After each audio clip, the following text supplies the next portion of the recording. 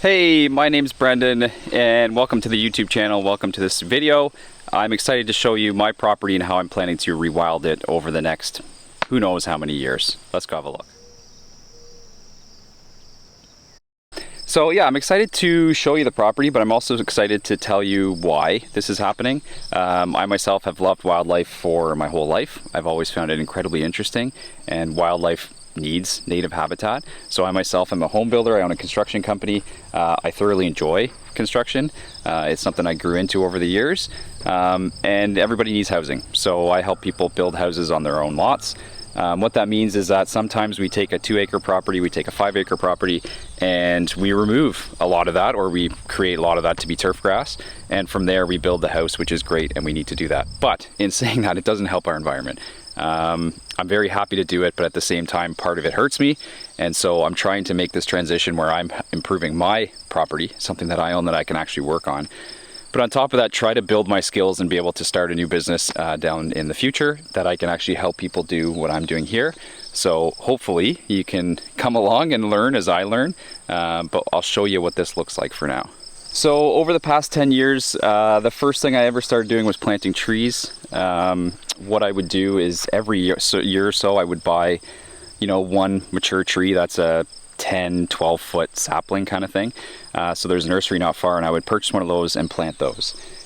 As the years went on, I found that there was some local conservation authorities that they had seedling sales and sapling sales every spring. So I started to do that. So you could buy a bundle of 10 seedlings and they were, $15 or whatever, but they are, 1 to 2 feet max. And then on top of that, you could buy saplings that were maybe 5 feet tall. They were maybe $15 each. So I've started to do that, and we started to plant trees across the property. That's been great. We've planted well over, 150 trees or so over the years. Some of them, like this aspen, balsam poplar. Anyway, that guy, these guys, some of them, they grow really, really fast, or like that. Whereas other ones, this is a white birch here that I planted that, who knows, I don't know, 8 years ago maybe, and it's, 3 feet tall. So everything that you plant, everything needs to go into the proper soil, which I'm learning, which is excellent. Our soil is a sandy loam here on this site. And what that means is that some things need rich, some things need shade. They're more shade tolerant than others. And because of that, some trees are going to grow better than others. At the same time, every once in a while, you're going to plant something, it's not going to have the right conditions for it, even if the soil is correct. And sometimes they're just not going to thrive. So you learn that, you plant, let's say 10, if 3 or 4 of those actually do well, I think that's a win. And so over the years, we've actually learned that, which is pretty cool. If you're just getting into this, if you ever want to learn more and you want to try to get better yourself, and you're in North America, really you're anywhere, but North America specifically, you can pick up a couple books by Doug Tallamy. Doug Tallamy is one of the kind of leading people. He has Homegrown National Park that he started with some others, and those things, I have flying ants on me. Okay. Doug Tallamy is a great inspiration for everything that I'm doing here, but I know a lot of other people in our area and nationwide are doing as well. Yes, I'm in Canada, but a lot of times North America, we're going to treat Canada and the US the same. Our climate here is very much like northern New York, Vermont, that kind of thing. So today's the introduction video. All I want to do is kind of show you the property, show you what we've done, and then from there, videos going forward, they're going to actually focus on this or on that. Excuse me, what we did when we first bought the property, like I said, it was all cut grass. I really linked into native trees and I wanted to plant trees. When I first started, honestly, I don't think I really cared if they were native. It was more so, let's get some trees on the property.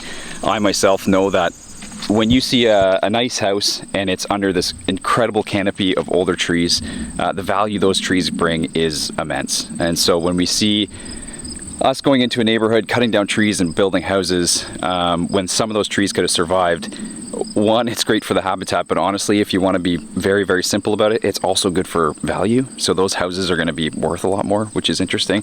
So trees are something that can help us in many, many, many ways, but on the very, very rough scale of it, within looking of an economic feature of it, it's going to make your house more valuable. So I think that was the original plan. When we bought the property, like I said, it was just grass, grass, grass, grass, grass. I know myself, there's nothing that lives in there. Yes, you're gonna have your robins and they're gonna feed on the worms and that kind of thing, but there's no value there in terms of biodiversity. Turf grass, now here I should say this wasn't turf grass, this is too big of a property to have turf grass. It's clover, it's wild strawberry, it is species of grass, there's sedges, there's all kinds of stuff in here. There's invasive small flowers that grow in here, but it didn't have the value that a meadow would or a forest would, right? So if you read anything from Doug Talmy, awesome dude. If you want to learn more about this and how kind of native plants can help an environment, read any of the books by Doug Talmy. He's fantastic. And through that, you can learn a lot about the trees, but also about the plants. And so, yes, I started with trees, but I think that's transitioned into plants now. I think plants hold a lot of value. They also store a ton of carbon, more than I think we initially thought. Everyone thinks you grow a tree, a big tree, it's going to store that carbon, something that we want to do for the planet, but wildflowers do the same. So they can hold a ton of carbon year after year after year, bring that down into the soil. So that's what I'm trying to transition to, while all the trees that we planted are growing bigger. So that's what we're doing now. So it's funny, I say doing now, or sorry, us doing now. Yes, it is really just me. My wife tolerates this. She's not here asking for turf grass by any means, but the more interested and invested I get into this, honestly, she just likes to make fun of me, which I'm a-okay with. But yeah, we planted trees. You can see something like that. So this is a red oak right here. And this soil, this whole area is really dry and rocky. In some areas, there's actually protruding rock coming out of the soil, which you can see there. So this area, I don't know how much was backfilled, how much wasn't. Our whole area used to be mature forest. So there's some nice stands of forest right around the property. There's some gorgeous tall cherries in there. The cherries feed a ton of birds, but at the same time, black cherry is one of the greatest species in this area for caterpillars, moths specifically. This is another red oak. That was a sapling bought from a nursery, which is interesting. And as you'll learn, so that guy, I don't know, 15, 20 feet tall maybe, but it's pretty sparse still. It's still a very young tree. Whereas this guy, that one was bought younger. So that was a sapling bought from the Conservation Authority. And I have no doubt that this guy is going to surpass this one in a few years. So something that Doug Talmy will be the first person to tell you, and any ecologist in any area, conservation authority, somebody who works there, they'll tell you that when you buy those big potted saplings, oftentimes they're root bound, but a lot of times they're so conditioned to the soil they've been in for so many years. When you bring them into a new habitat, there's a big shock that happens, and they have to take time to actually introduce themselves into the soil that they're in.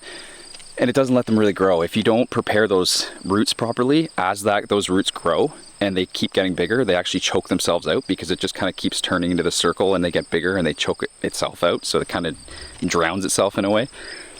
When you plant something from a bare root stock, something that you can actually get the roots down and they need to actually infiltrate the soil on their own, they're going to grow a little bit better and they're going to adapt to the soil a lot faster, and then they're going to grow taller and bigger faster.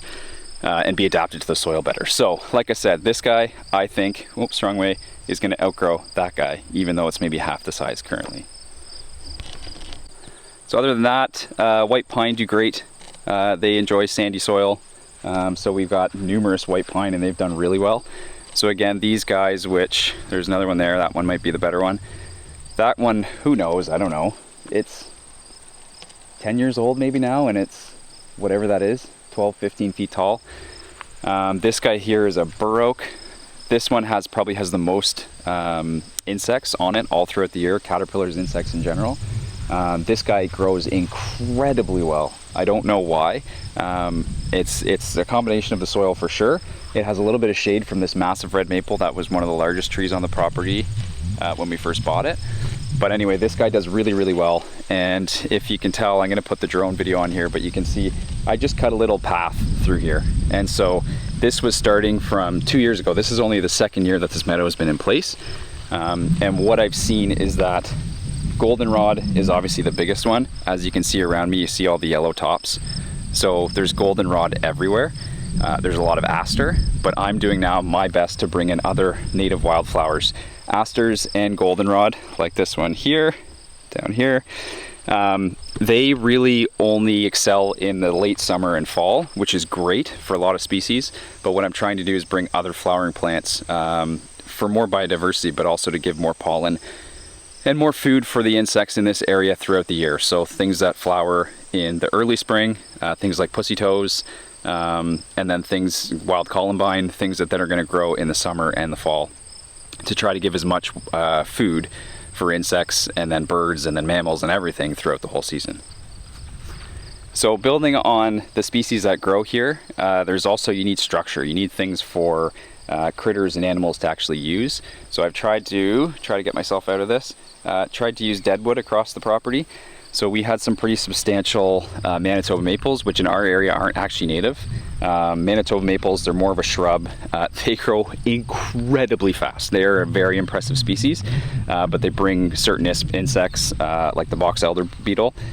Those guys were getting in our house and it was a whole thing, but we had a big Manitoba maple leaning over the house on the other side. I don't think it would have lasted too much longer. I am not a proponent for cutting down trees, but there's certain times when I think it makes sense. That one made sense, so we chopped that all up, and then I've placed those logs across the property. So that gives things for things to hide underneath. It's decaying wood. There's certain insects that grow, insects that live within decaying wood. They lay their eggs in decaying wood. So it just gives more habitat for more things to live. So if we can use that, that's going to help. In our area of Ontario, there is a ton of dead ash. So the emerald ash borer has come into our area and just decimated the ash trees. So we had multiple around our property. There is a big one over there. There is a big one across the creek over there. And then on the other side of the house, the whole forest, far over here, the whole forest was saturated with ash. So those ash are all dead now. There's new ash that are growing, and I'm excited to see them keep growing. We don't want to keep giving food to the emerald ash borer, but there's kind of a mix up between should you plant them, should you not. I mean, who knows? I think having the biodiversity is more important, so hopefully we can just keep having those guys grow. And then, you know, ideally those emerald ash borers either move out of the area because they've consumed everything, because they need a certain age of tree to actually survive and reproduce. So the young ones they can't really use. So hopefully, you know, down the road they're not here, we get our ash back. Here's a little critter. This is a northern leopard frog. So as we've noticed, as we've let this meadow actually come in, the leopard frogs are everywhere. These guys are very happy to hunt the fields. So yes, they're an amphibian, they need to stay moist, they need the moisture. We have a creek just down here that I'll show you soon, but these leopard frogs, they just like to hop through the fields. They stay wet in kind of the understory. A cut grass field, there's not much for them to, there's no moisture there, right? The sun just kind of dries it out. But when you have these tall shrubs, they have shadows, the grass grows up around it, and that moisture stays within that soil a little bit better. So these guys can kind of hunt throughout the day. But yeah, it's, you know, 1 o'clock here. It's, I don't know, 35 degrees today with the humidity, and this guy's happy just to be hopping around. So there you go. And what I should say, as I said, you can see it on the drone video, but I still cut grass. We still cut grass. We're still, you know, good people within our neighborhood. There's this expectation for you to have cut grass. I will say when you cut grass, the lawn looks great. I still believe that. That being said, we're trying to find ways to reduce how much we're cutting, and that is by adding, where is my finger? By adding all of these meadows. So there and there, and like I said, you can see on the aerial video. So we're trying our best to do that. So if I walk through here, you can see I have this path kind of taking me through here. There's meadow on this side, meadow on that side. Here's some of that down wood I was talking about. So just kind of a jumble of wood. It gives species a chance to kind of use those crevices, use the bark. Again, we're very rocky soil. You can see the rock is exposed right there. So the path kind of meanders this way, comes to an intersection here. There's one path that leads out there to the perimeter. This guy has a little loop, and then this one goes around this oak and goes to the backyard. So I have 2 kids, trampoline back there, play structure back there. The septic is over there, so I still cut over there because I kind of have to. The septic, you can't really let anything grow. To have a good, proper, healthy septic system, you just have grass on top and don't let any roots get down deep into it. But this little path gives me a chance to kind of walk around and enjoy it. I get to see all this this kind of grow, and I get to see the insects on here. Every once in a while from our bedroom windows, we'll be looking, or I will at least, I'll be looking out at the field and you'll see, you know, a vole run across one of these cut paths from meadow to meadow. This is that bur oak that I was talking about. It's maybe 8 feet tall now, and I would say that's like a 6-year-old tree. But it's just done really, really well. It's just kind of grown out. This one has the most activity from insects. So oftentimes, you know, one bunch of this will just be demolished by a certain caterpillar, and you know, the following week it's starting to grow in a different area.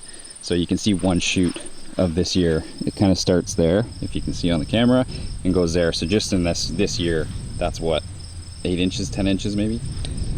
But yeah, this tree just continuously does better and better. So this bur oak is very, very happy. So this meadow here is the much larger one, but I've done less with this. I haven't really touched it. I haven't really done anything. As I said, last year was the year that I actually let this go fallow and started to cut these paths. This year, all I have done is cut the paths. So even just last year, most of this was cut grass when I started the spring. And then halfway through the summer, I'm like, hey, I'm gonna do it. And I just kind of started it. So then this is the one that I kind of only created at the end of last year. So this one's actually grown for less time than the other. But this is where I've actually started to do most of the work I'm starting to do. Working with a native plant nursery nearby, Natural Themes Native Nursery, or Natural Themes Nursery. I'm forgetting, Maya, you're gonna be upset with me. They grow specifically native plants to Ontario. So they do grow native plants that, you know, Ontario's massive, it's bigger than a lot of countries. So while we're here in southeastern Ontario, there's some plants that might grow in Western Ontario, which is a wildly different habitat. So what is native, what is not? There's even people, like I said, from here, we're much closer to, let's say Canton, New York, than we are to, you know, Sudbury. So even though we're within our own country, our province, our next door neighbor country, the US, there's a lot of places that are much closer, and there's some people, while they're not native to Canada, they're native to New York. There's so much overlap there, and we're so close. So it's interesting on what is native, what isn't.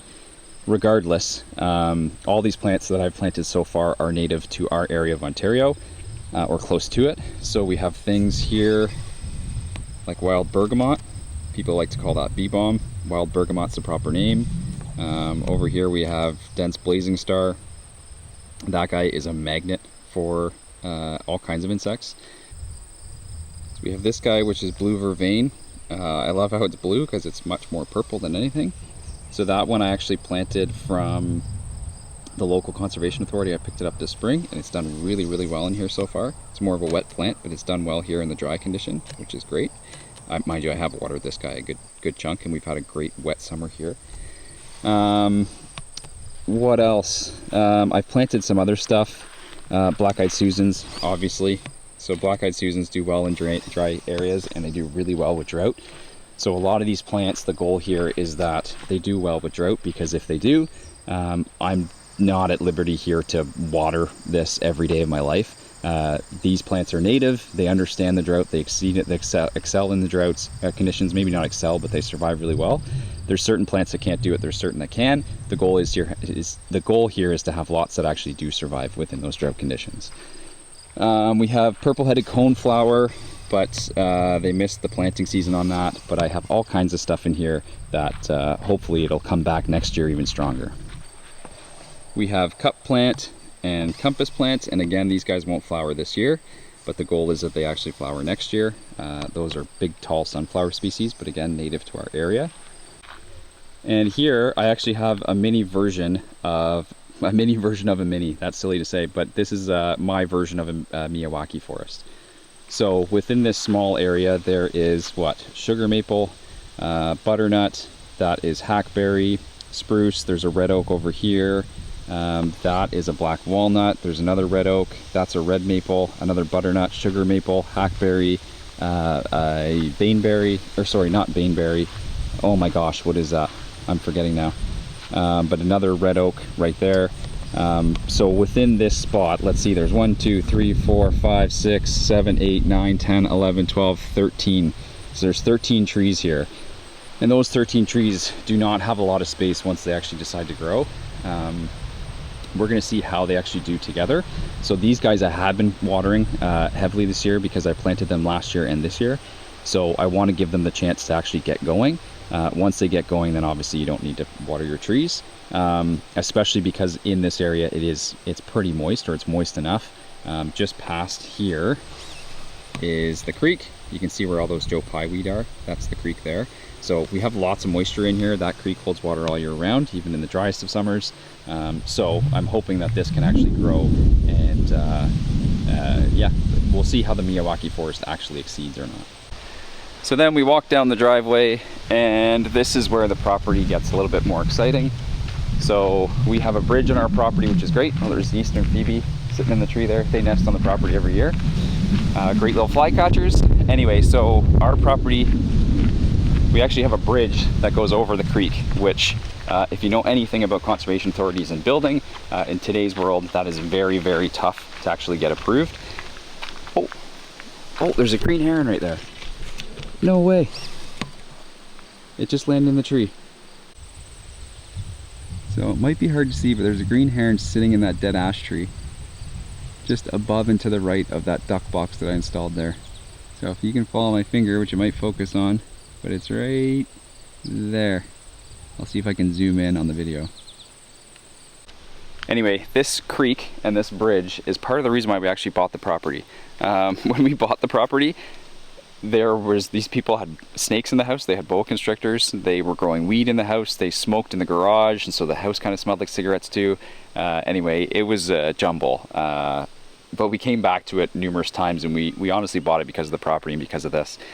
So as you can see on this aerial footage, which I'll cut out to now, this property, like I said, it's 2.7 acres. The goal was to build on this 1 acre. Because of conservation, the creek and the flooding, they actually then severed off a further chunk, 1.7 I guess acres behind here, and they built this house behind. So while there's a row of 1 acre lots here along the road, ours is actually a little bit bigger, which is great. But it gives us the creek too. We're further off the road. It was just quieter. It was just a nicer spot for us, and we really enjoy the house as it is. We've done a ton of renovations to it. It needed it, and there's no snakes left, even though I would appreciate snakes, not constrictors. But anyway, so now we're kind of moving on to, or myself, I'm moving on to the property. My wife and I are still renovating inside, but outside of that, I really want the property to kind of showcase our natural environment and what we can do with it. So I'm excited for that. But the creek, again, the creek really kind of sold us on it. The first year we ever actually came here, it almost ran dry. It's full of growth this year, so it's hard for you to see, but it's a healthy creek. In the middle there, it's, I don't know, 15 feet wide maybe. But this creek brings so much life to this property. It is absolutely unbelievable. So you can see the Joe Pye weed growing along the edge there. It dominates the edge of the creeks for this portion of the summer anyway. But we have seen beavers, otters, a muskrat used to live in here. We haven't seen him probably this year, which I'll tell you why in a second. I've seen 2 or 3 otters come up this creek. We get snapping turtles that nest on our property, and they come in on the creek from the larger river down the way. We've had baby painted turtles, which is odd. We've seen the baby ones. We've actually never seen an adult painted turtle. All kinds of stuff. The kids catch crayfish in here, minnows. The creek is such a valuable piece of this environment, and it's something that really kind of drew us to the property, but it allows us to also build on that. And at the same time, we get a lot of bird species, a lot of other things that might not show up on other properties. So it's such an awesome thing to have. In the winter, we've skated on it with the kids. We just pop a puddle pump in there and pop a hole in there and water it, and then we can actually skate on it. I build a rink now on the property, but again, I'll tell you about that in a second. So anyway, the creek is fantastic. So down across the river, across the creek, sorry, across our bridge, driveway continues, and then this is the best chance for growth for myself, for the future business I want to create, and then this property itself. So this meadow, which extends all the way out to where those willows are, and then all the way out to the road, which is down there. This is probably 3/4 an acre, I would say. And this is ours, which is great. But right now it's mostly reed canary grass, as you can see in here, which is an invasive grass. So I'm gonna do my best to actually get that out of there. We do have, I've planted some swamp white oak, and here's a great example. There I am. So that guy is a swamp white oak, which is awesome. So I bought that as kind of a 12-foot potted plant. And if I walk back here and find it in the grass, so this guy right here, let's see if I can find it this way. He is right here. So that one's maybe 3 feet tall now, but that's another swamp white oak tree.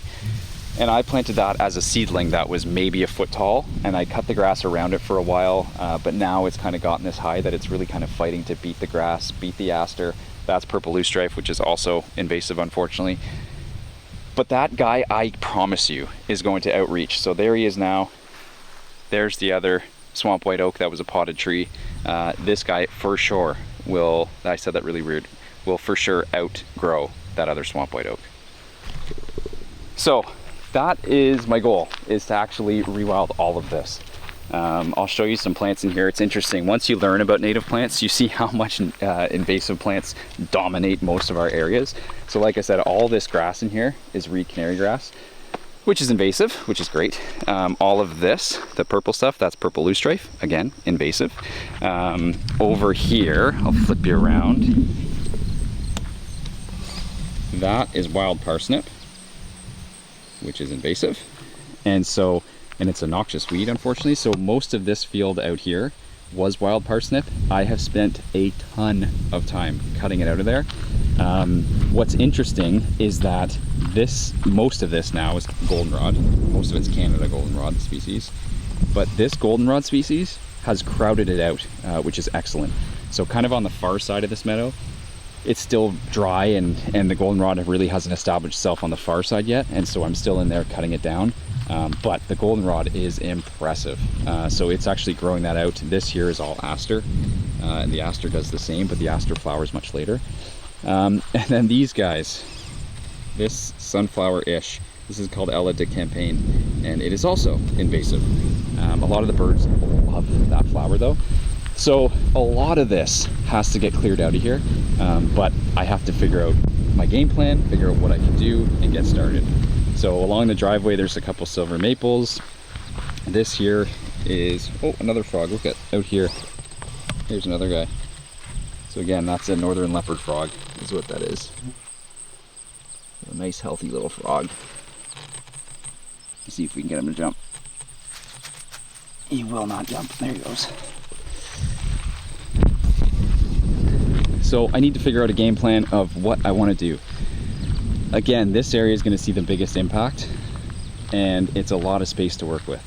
So over the past couple weeks I've actually gone through here. I've found boneset, which is native, and it's growing on its own. I found blue vervain, even though I bought it and planted it on another area of the property. It's native, it's growing. There's a big chunk of native, oh geez, it's a different kind of loosestrife. It's a yellow something loosestrife. It's native, it's growing in there. There's a big bunch of it.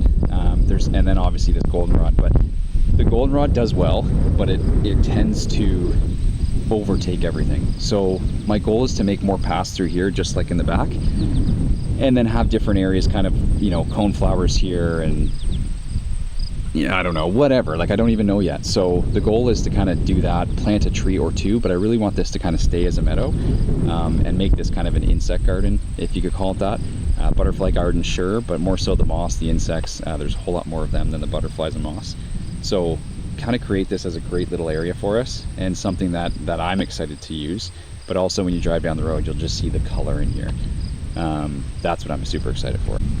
So I'll walk back to the house now, and I will talk about what is behind me right there, which was a big reason for a lot of what I want to do here, which was unfortunate, but if anything, you can look at everything as a positive. So I'll show you on the aerial footage here again, and I'll show you dating back, so previous years of what this property actually looked like. Big change here, big change, something that obviously happened, which is good. Again, there's a house there, which is great, but most of this property is actually a floodplain. If I flip you around and show you right here, we had a good rain yesterday, and if you can tell, that is sock full of water. And same with here. So the whole backyard is full of water. So this whole area is a floodplain. It holds water for quite an amount of time from the creek when it overflows in the spring, and sometimes late winter if we get a rain instead of a snow as the temperatures have warmed. This whole property floods. So right here, this is the low spot of our driveway. The worst flood we've ever had, we had 12 and a half inches, so just over a foot of water. What is that, 30 centimeters of water that filled up right there. So this is full. This whole field basically gets drowned out by a flooded creek. So this is the unfortunate part. That house was built, a lovely couple bought it, and unfortunately we aren't the best of friends. We don't see eye to eye in a lot of things, and what that means is this whole area that we used forever, to be honest, I used to cut it and now I can't, which is honestly kind of nice. You know, sign me up. I'm actually happy about that. As I've cut less, now we don't cut this, but our kids use the creek. They kind of grew up in that creek, catching, you know, all the crayfish, catching minnows, spending time in the spring when it would flood. Honestly, they'd go swimming in there. It was a big part of our life, and so we do have the creek, which is by the bridge and then in the forest, but that's all forested on that side. But it's just caused some issues, and they can't get across there without using the bridge, which is ours. But they've cut everything they possibly can, which is a frustration. There used to be natural lilies, native lilies that grew on the creek, and those are all gone. There was more shrubs along the creek. Those are all gone. It's their land. They're allowed to do what they need to, but that kind of spurred me a little bit to say, hey, what can I do? And it kind of created this push to start doing what I'm doing now. I don't know how good this microphone is, but if you can hear that barking, yep, I know you're hearing it. That is another lovely portion of having great neighbors. So anyway, because of that, now we're able to focus on this, and I keep saying we, really myself, but we're going to do our best to rewild this, and I'm excited for you to come along and see that. So I brought some plants in there. We planted a ton of trees. I'm going to plant more trees, but in specific areas so that we can keep meadow but still have some forest area and some nice tall trees. The Miyawaki forest I showed you up front there, that a lot of it was just to separate our house from their house, to give us some more privacy. So we're going to go through all this, and I'm excited to kind of show you how this happens. Some episodes I think will focus on specific things. Some things will show kind of how the property is progressing and what we're doing. But come along if you care about, you know, native wildlife, native plants. Again, to southeastern Ontario, which is very similar to a lot of areas throughout the eastern states and eastern Canada. But yeah, I'm excited to kind of get going and start this. I think the hardest thing is starting anything. I have, you know, gigabytes of footage that I just don't do anything with. So hopefully I can start to incorporate it within this. Show you the great insects, the great animals that live here. There's a ton of wildlife here. So I have trail cams set up, and I'll show you videos from trail cams. I'm hoping to try to do more with photography and incorporate that within this as well, and kind of see where it takes us. So appreciate you watching, appreciate you coming on the journey, and we'll see you in the next one.